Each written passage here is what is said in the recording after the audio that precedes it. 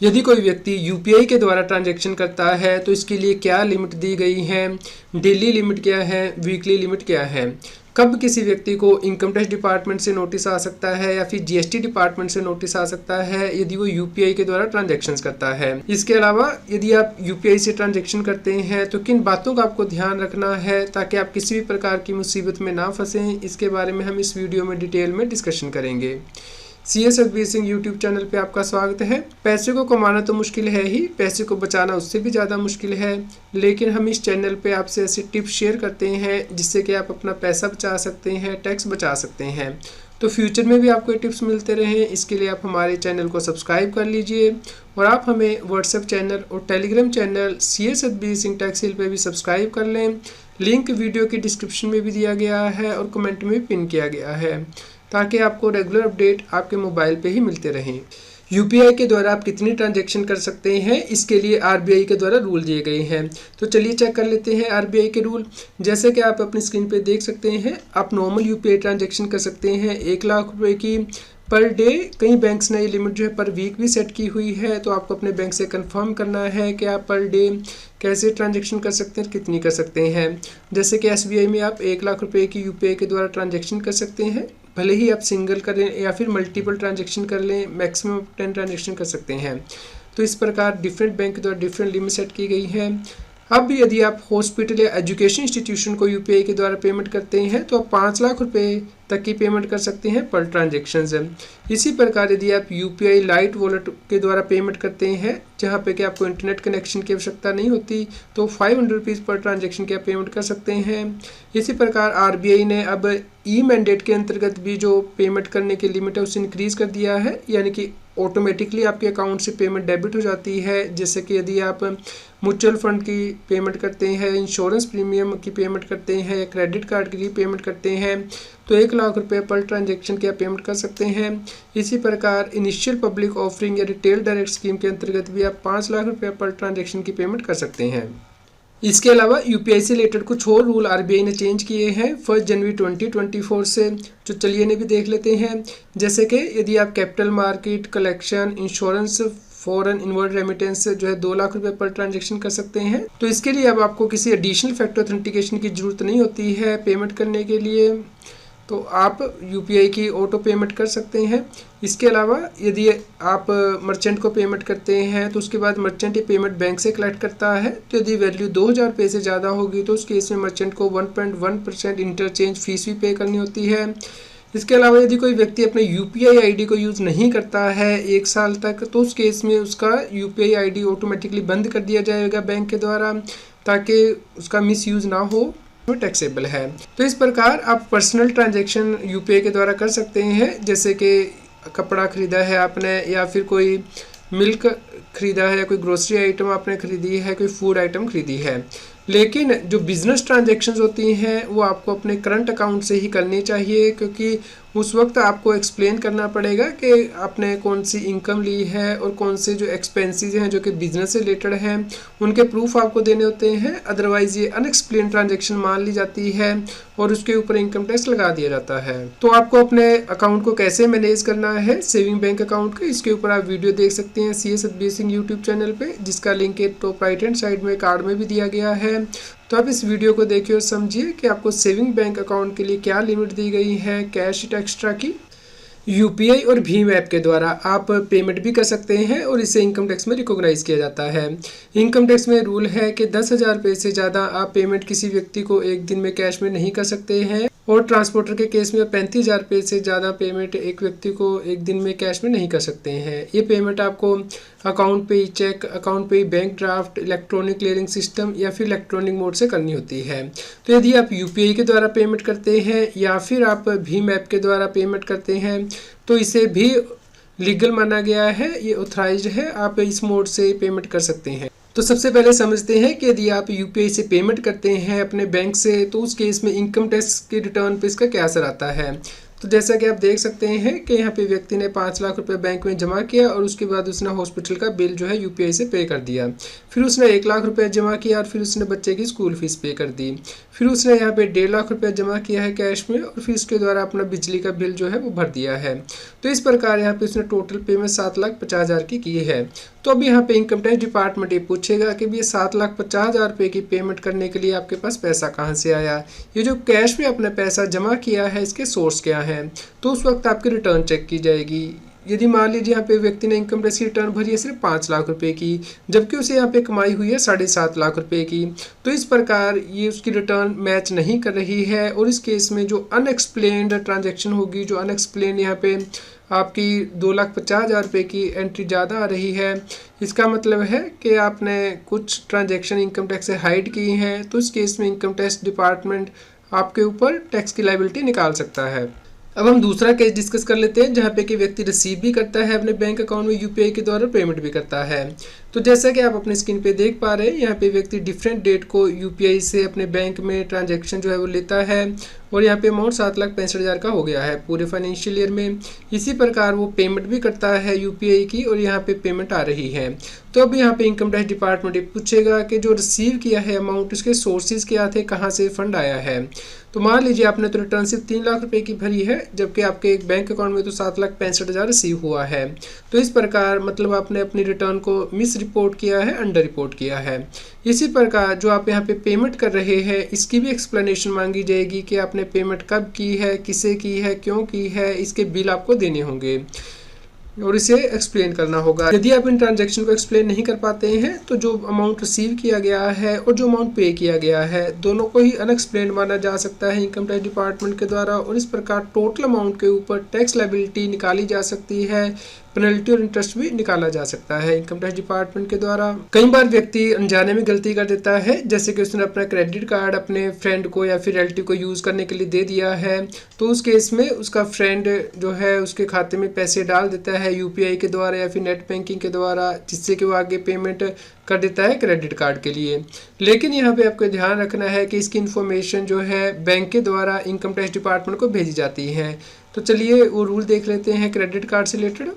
यदि व्यक्ति credit card के बिल की पेमेंट करता है 1 लाख रुपए उससे ज़्यादा की कैश में, एग्रीगेट अमाउंट मान लीजिए आप 10-10 हज़ार करके 10 बार पेमेंट कर देते हैं तो 1 लाख हो जाता है, या फिर आप किसी और मोड से 10 लाख रुपए उससे ज़्यादा की पेमेंट करते हैं अपने क्रेडिट कार्ड के बिल की, तो इसके बारे में इनकम टैक्स डिपार्टमेंट को इन्फॉर्म किया जाता है बैंकिंग कंपनी के द्वारा। उसके बाद इनकम टैक्स डिपार्टमेंट नोटिस जारी करके पूछता है कि पैसा आपके पास कहाँ से आया जिसकी कि आपने क्रेडिट कार्ड के थ्रू पेमेंट की है। तो उस वक्त आपको सोर्सेज बताने होते हैं कि आपके पास पैसा कहाँ से आया। जैसे कि मान लीजिए आपकी सैलरी तो सिर्फ 7 लाख रुपया थी, जबकि क्रेडिट कार्ड की पेमेंट जो 10 लाख रुपये हुई है, तो 3 लाख रुपये एक्स्ट्रा आपके पास कहाँ से आया जिसकी कि आपने पेमेंट की है। तो उस वक्त आपको सोर्सेज एक्सप्लेन करने होते हैं। यदि आप सोर्स एक्सप्लेन नहीं कर पाते हैं तो उस केस में इनकम टैक्स डिपार्टमेंट के द्वारा टैक्स लगाया जाता है। आज की डेट में बहुत से बिजनेसमैन जो है यूपीआई के द्वारा पेमेंट अपने बैंक अकाउंट में ले लेते हैं। तो जैसा कि आप यहाँ पे देख सकते हैं, यहाँ पे टैक्स पे ने 20,50,000 रुपये यूपीआई के द्वारा पेमेंट रिसीव की है, लेकिन जब उसने यहाँ पे इनकम टैक्स की रिटर्न भरी तो 6.5 लाख रुपया ही उसने अपनी सेल दिखाई, यानी कि टर्नओवर दिखाई। तो अब यहाँ पे इनकम टैक्स डिपार्टमेंट नोटिस जारी करके पूछ सकता है कि बैलेंस अमाउंट उसने क्यों नहीं दिखाया। तो यहाँ पे मान लीजिए जो एक्सप्लेन करता है कि बैलेंस पैसे में से कुछ अमाउंट उसके पेरेंट्स ने उसे यूपीआई किया है तो ये टैक्सेबल नहीं है, इसे एक्सप्लेन किया जा सकता है। लेकिन यदि वो किसी ट्रांजैक्शन को एक्सप्लेन नहीं कर पाता है या एक्सप्लेन कर देता है वो टैक्सेबल ट्रांजैक्शन है, तो उस केस में इनकम टैक्स डिपार्टमेंट के द्वारा टैक्स, इंटरेस्ट और पेनल्टी लगाई जाती है। तो यहाँ पे बिजनेसमैन को ध्यान रखना है कि वो ट्रांजैक्शन अपने सेविंग अकाउंट से ना करें, अलग से करंट अकाउंट जो है वो बैंक में ओपन करें और अपनी ट्रांजैक्शन उसके थ्रू करें, और उसके बाद अपनी जो ट्रांजैक्शन है उसे अपनी इनकम टैक्स की रिटर्न के साथ मैच करें और उसके बाद ही अपनी आईटीआर को फाइल करें। तो इसके ऊपर आप complete video right hand side में देख सकते हैं कि करंट अकाउंट के लिए क्या लिमिट दी गई है कैश जमा करने के लिए और अदर लिमिट्स, ताकि आपको इनकम टैक्स डिपार्टमेंट का कोई नोटिस ना आए। यदि कोई व्यक्ति यूपीआई के द्वारा ट्रांजैक्शन करता है तो उसे इनकम टैक्स में टैक्स ऑडिट कराने की भी आवश्यकता नहीं होती, इसके लिए लिमिट को बढ़ाया गया है। तो चलिए इसे डिस्कस कर लेते हैं। तो जैसा कि आप अपनी स्क्रीन पे देख पा रहे हैं कि यदि व्यक्ति की टर्नओवर 2 करोड़ रुपए तक है तो किसी भी मोड से अपनी सेल या टर्नओवर रिसीव कर सकता है। तो उस केस में यदि वो बैंकिंग चैनल से रिसीव करता है अमाउंट, जैसे कि आरटीजीएस, एनईएफटी, यूपीआई एक्स्ट्रा से, तो उस केस में उसे 6% अपनी टर्नओवर का डीम्ड इनकम दिखाना होता है रिटर्न में और उस पर टैक्स देना होता है। लेकिन यदि वो किसी और मोड से रिसीव करता है, जैसे कि कैश से रिसीव करता है या नॉन अकाउंट पे चेक से, तो उस केस में 8% उसे अपनी टर्नओवर का डीम्ड इनकम दिखाना होता है। तो मान लीजिए आपकी 1 करोड़ की टर्नओवर हो गई है, तो उस केस में यदि ये यूपीआई के द्वारा है तो आप 6% यानी कि सिर्फ 6 लाख रुपीज़ ही एज ए डीम्ड इनकम दिखाएंगे और उसके ऊपर टैक्स देंगे। लेकिन यदि मान लीजिए आपकी जो सभी सेल है वो बैंकिंग चैनल से ही होती है, यूपीआई, आरटीजीएस, एनईएफटी के द्वारा, और सिर्फ 5% ही कैश में होती है, तो उस केस में यदि आपकी टर्नओवर 3 करोड़ रुपए तक भी चली जाती है तो भी आपको टैक्स ऑडिट कराने की आवश्यकता नहीं होती है। तो यदि इससे एक्सीड करेगी टर्नओवर तो ही आपको टैक्स ऑडिट कराने की आवश्यकता होती है। तो इस केस में भी 6% ऑफ द टर्नओवर जो है आपको डीम्ड इनकम लेनी होती है यदि बैंकिंग मोड से जितना अमाउंट आपने रिसीव किया है, और यदि किसी और मोड से रिसीव किया है तो उस केस में 8% आपको अपनी डीम्ड टर्नओवर लेनी होती है। तो इसके ऊपर कंप्लीट वीडियो आप अपनी राइट हैंड साइड में देख सकते हैं कि टैक्स ऑडिट के लिए क्या लिमिट है असेसमेंट ईयर 24-25 ऑनवर्ड्स, जिसमें कि हमने एग्जाम्पल के साथ समझाया है कि आपको ये टर्नओवर और इसके लिए जो डीम्ड इनकम है वो कैसे कैलकुलेट करनी है। यदि आप प्रोफेशनल है और इलेक्ट्रॉनिक मोड से अपनी पेमेंट लेते हैं तो उस केस में भी अब टैक्स ऑडिट की लिमिट को बढ़ाया गया है। तो जैसा कि आप अपनी स्क्रीन पे देख सकते हैं, जो प्रोफेशनल होते हैं 44 ADA के अंतर्गत अपनी इनकम टैक्स की रिटर्न फाइल करते हैं। तो अभी तक तो ये लिमिट थी कि यदि उनकी टर्नओवर 50 लाख तक रहती है, उनकी रिसीट, तो किसी भी मोड से पेमेंट करें उन्हें अपनी 50% जो ग्रॉस रिसीट है वो डीम्ड इनकम दिखानी होती थी और उसके ऊपर टैक्स पे करना होता था। लेकिन असेसमेंट ईयर 24-25 से गवर्नमेंट ने कहा है कि यदि प्रोफेशनल 75 लाख रुपीज़ तक रिसीव करते हैं किसी भी और मोड से, लेकिन वो कैश में सिर्फ 5% ही लेते हैं, तो उस केस में उन्हें टैक्स ऑडिट कराने की आवश्यकता नहीं होगी। इस केस में वो 50% जो अपनी ग्रॉस रिसीट है डीम्ड इनकम के तौर पे ऑफर कर सकते हैं। तो इस प्रकार यदि आप यूपीआई के द्वारा ये अमाउंट ले लेते हैं तो उसे भी माना जाएगा कि आपने इलेक्ट्रॉनिक मोड से लिया है। तो इस प्रकार आपके लिए जो लिमिट है टैक्स ऑडिट ना कराने की वो 75 लाख रुपये मानी जाएगी। अब डिस्कस कर लेते हैं कि आपको इनकम टैक्स डिपार्टमेंट से नोटिस कब तक आ सकता है। ये डिपेंड करेगा कि आपकी इनकम कितनी स्केप हुई है असेसमेंट से। तो चलिए स्क्रीन पे चलते हैं। तो मान लीजिए आपने यूपीआई की ट्रांजैक्शन किया फाइनेंशियल ईयर 22-23 में, यानी कि 1 अप्रैल 22 से 31 मार्च 23 तक, तो इसे हम असेसमेंट ईयर 23-24 बोलते हैं।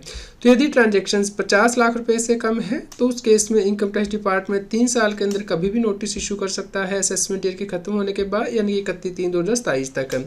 लेकिन मान लीजिए आपकी यूपीआई की ट्रांजैक्शन 50 लाख रुपए से ज़्यादा हो गई है तो इस केस में असेसमेंट ईयर 23-24 के ख़त्म होने के बाद 10 साल के अंदर कभी भी नोटिस जारी किया जा सकता है, यानी कि 31/3/2034 तक आपको कभी भी नोटिस जारी किया जा सकता है। इसलिए आपको अपने रिकॉर्ड जो है वो मेंटेन करके रखने हैं यूपीआई ट्रांजैक्शन से रिलेटेड भी, कि क्या वो आपकी इनकम है या फिर इनकम नहीं है, जैसे कि आपके पेरेंट ने आपको ट्रांसफ़र किया है या फिर कोई और ट्रांजैक्शन है जो कि नॉन टैक्सेबल है। यदि आप यूपीआई से पेमेंट रिसीव करते हैं और उसके बाद अपने बैंक अकाउंट में एफडी करा देते हैं तो इसकी जानकारी भी इनकम टैक्स विभाग को भेजी जाती है। तो इसके लिए आप video right hand side card में देख सकते हैं, जिसके अंदर के हमने कंप्लीट बताया है कि यदि आप एफडी कराते हैं अपने बैंक अकाउंट से तो उसके लिए क्या लिमिट दी गई है इनकम टैक्स एक्ट के अंतर्गत। अब डिस्कस कर लेते हैं कि जीएसटी में क्या लिमिट दी गई है। तो जीएसटी में कोई लिमिट नहीं दी गई है, आप कितनी भी अमाउंट की पेमेंट यूपीआई के द्वारा कर सकते हैं और कितनी भी अमाउंट की पेमेंट रिसीव कर सकते हैं। लेकिन यहाँ पे आपको जीएसटी डिपार्टमेंट द्वारा नोटिस जारी किया जा सकता है। तो इसके लिए जीएसटी के रजिस्ट्रेशन के लिए लिमिट दी गई है। जैसे कि यदि आप सर्विस प्रोवाइडर हैं तो यदि आप 20 लाख रुपए से ज़्यादा की सर्विस देते हैं तो उस केस में आपको जीएसटी एक्ट के अंतर्गत रजिस्ट्रेशन लेनी होती है। तो यहाँ पे टर्नओवर में आपकी टैक्सेबल सप्लाई भी आती है, एग्जम्प्टिव सप्लाई भी आती है। मान लीजिए आप 15 लाख रुपए की रेंटल इनकम लेते हैं, रेजिडेंशियल हाउस प्रॉपर्टी रेंट पे दी है, और 6 लाख रुपए की आप टैक्सेबल सर्विस देते हैं, तो यहाँ पे आपकी टर्नओवर 20 लाख से ज़्यादा हो गई है। यदि जीएसटी डिपार्टमेंट को पता लगता है कि आपने यूपीआई के द्वारा ये ट्रांजेक्शन की है, अपने बैंक में अमाउंट इससे ज़्यादा ले लिया है, तो आपको कहेगा कि जीएसटी में रजिस्ट्रेशन लीजिए और जो टैक्सेबल सर्विसेज हैं उनके ऊपर आपको जीएसटी पे करना होगा। और जो ट्रेडर है यदि वो विद इन द स्टेट ही सेल करते हैं तो नॉर्मली उन्हें 40 लाख रुपए तक जीएसटी की रजिस्ट्रेशन लेने की आवश्यकता नहीं होती। यदि इससे ज़्यादा की सेल हो जाती है तो उस केस में उन्हें जीएसटी नंबर लेके जीएसटी भी पे करना होता है। और यदि आप एक स्टेट से दूसरी स्टेट में सप्लाई करते हैं तो कोई लिमिट नहीं है, आपको मैंडेटरी जीएसटी में रजिस्ट्रेशन लेनी होती है। तो यदि जीएसटी डिपार्टमेंट को पता चलता है कि मान लीजिए कोई व्यक्ति मोबाइल फ़ोन की सेल करता है, अपने बैंक में पैसा ले रहा है या वहां से पेमेंट कर रहा है, तो उस केस में उसे नोटिस जारी कर सकता है कि वो जीएसटी एक्ट के अंतर्गत रजिस्ट्रेशन लेने के लिए लायबल है, उसे जीएसटी पे करना होगा। तो यदि आप यूपीआई की ट्रांजैक्शन करते हैं या रिसीव करते हैं तो उस केस में आपको अपनी इनकम टैक्स की रिटर्न सही से फाइल करनी है ताकि आपको कोई नोटिस ना आए। इसके लिए आप CS Satbir Singh YouTube channel पे वीडियोस के अंतर्गत जाके वीडियो देख सकते हैं, क्योंकि इनकम टैक्स रिटर्न में बहुत ज़्यादा बदलाव किए गए हैं, जिसकी वजह से कि आपको ज़्यादा टैक्स पे करना पड़ सकता है या फिर आप कम टैक्स पे कर सकते हैं। यदि आपको पूरी जानकारी है तो आप हमारे चैनल पे वीडियो ज़रूर देखिए और सब लोगों के साथ शेयर कीजिए ताकि उन तक भी ये जानकारी पहुंच पाए। उम्मीद करते हैं आपके लिए यह न्यूज़ यूज़फुल रही होगी। यदि आपको कोई क्वेश्चन हो तो आप हमें नीचे कमेंट करके ज़रूर बताएँ। रेगुलर टैक्स अपडेट के लिए इस चैनल को सब्सक्राइब करें। आप हमें Telegram app CS Satbir Singh टैक्सील पे ज्वाइन कर सकते हैं ताकि आप जीएसटी और इनकम टैक्स के रेगुलर अपडेट अपने मोबाइल पर ही प्राप्त कर सकें।